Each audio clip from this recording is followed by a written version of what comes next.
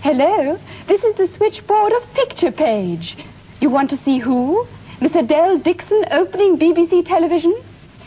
Just wait a moment. Miss Dixon's coming into the studio now. You're through.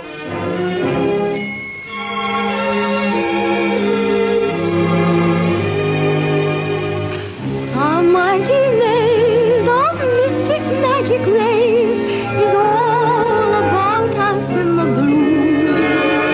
And in sight and sound they trace living pictures out of space to bring a new wonder to you. The busy world before you is unfurled. It comes, it tears and laughter too.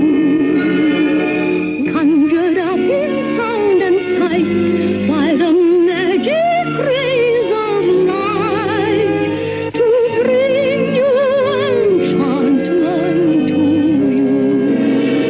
As by your fireside you sit, the news will flit as on the silver screen, and just for entertaining you with sound.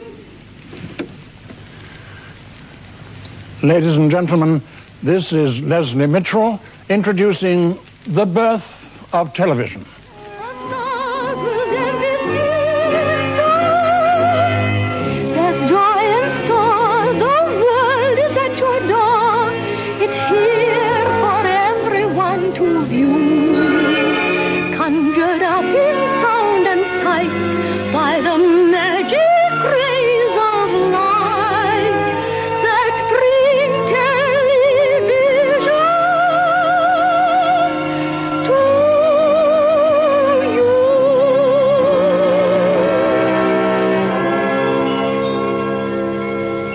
You want to see Eric Wilde and his tea timers? Just one moment. You're through.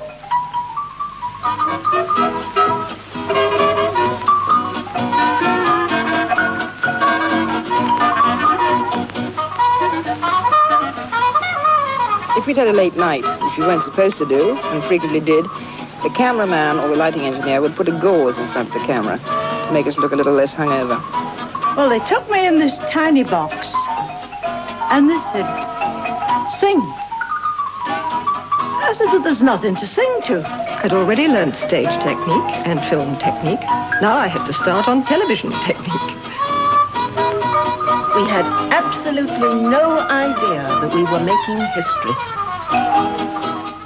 Yes, Johnny Knit's ready now.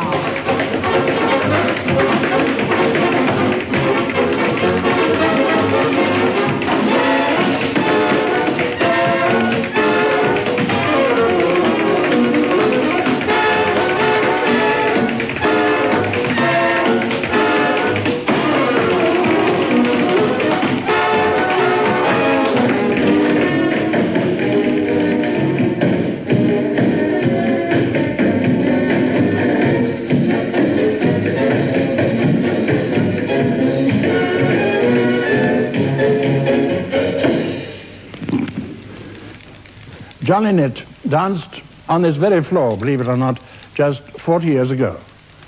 A few days before that, on November the 2nd, 1936, I, as senior announcer, had announced the official opening of the first high-definition public television service in the world, here in the studios of Alexandra Palace.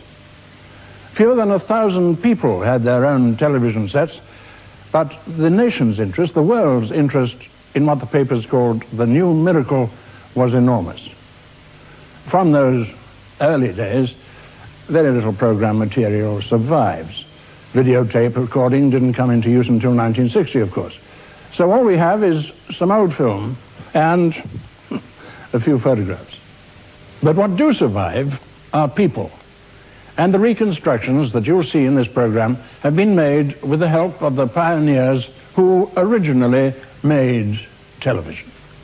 The Times, June the 27th, 1923. Seeing by wireless. Inventor of apparatus wishes to hear from someone who will assist, not financially, in making models work. Write Box S 65. I was in the office. It was a day when I was on office duty for call, and the chief sent for me and he said, "Oh, Fox, there's a fellow down in the waiting room on the first floor. He says he's done something with electricity. I don't know what it is. Go down, see what he's got to say, but make sure he hasn't got any knives on him." John Logie Baird, son of the Reverend William Baird, was born in Helensburgh near Glasgow in 1888. At the age of 6, he saved his halfpenny a week pocket money to buy a toy camera. Baird spent much of his childhood ill in bed, so he rigged up a homemade electric light and a homemade telegraph to keep in touch with the outside world. Listen to him, be very careful, don't promise him anything, and get rid of him. I didn't want to see any more of these inventor fellows. After graduating from the Royal Technical College in Glasgow, Baird took a job as superintendent of the Clyde Valley Electric Power Station, where he experimented with making artificial diamonds. Baird made his first commercial venture in 1919. Having learned the art of publicity, in 1 year he made a profit of nearly £2,000. The undersocks were ordinary socks sprinkled with borax. He said, "I can send images by wireless," or a vague expression like that. In April 1925, Baird demonstrated his shadowgraphs at Selfridges. Having succeeded in transmitting silhouettes, Baird introduced television's first ever personality, Stokey Bill, to see if he could transmit an image using light reflected from its face. On October the 25th, 1925, Baird made his trial. I could scarcely believe my eyes. The image formed itself on the screen. I had got it. I felt myself shaking with excitement.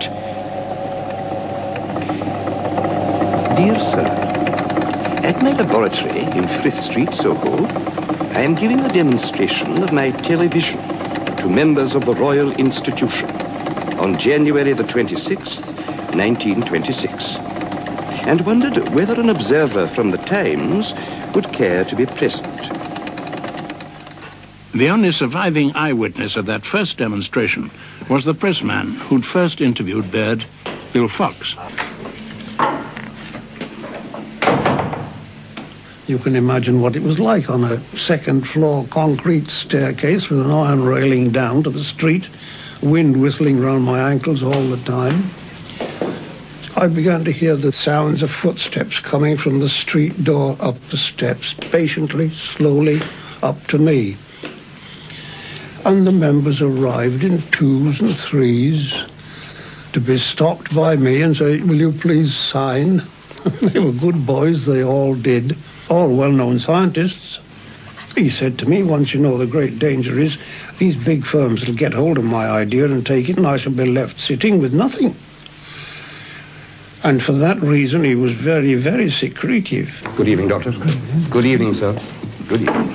Come in, please. No, sir, I'm afraid I'll have to trouble you to wait out here. Only 3 at a time. Thank you. The Times, London, January the 28th, 1926.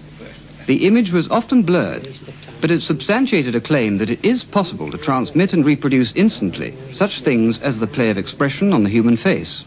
I'd say they didn't believe a bit. They thought it was all a trick or something equally disreputable. I did hear one fella say, "Oh, a mere mountebank. He's after what he can get. A young man doesn't know what he's doing." And one fellow came out very definitely and said, "Well, what's the good of it when you've got it? What useful purpose will it serve?"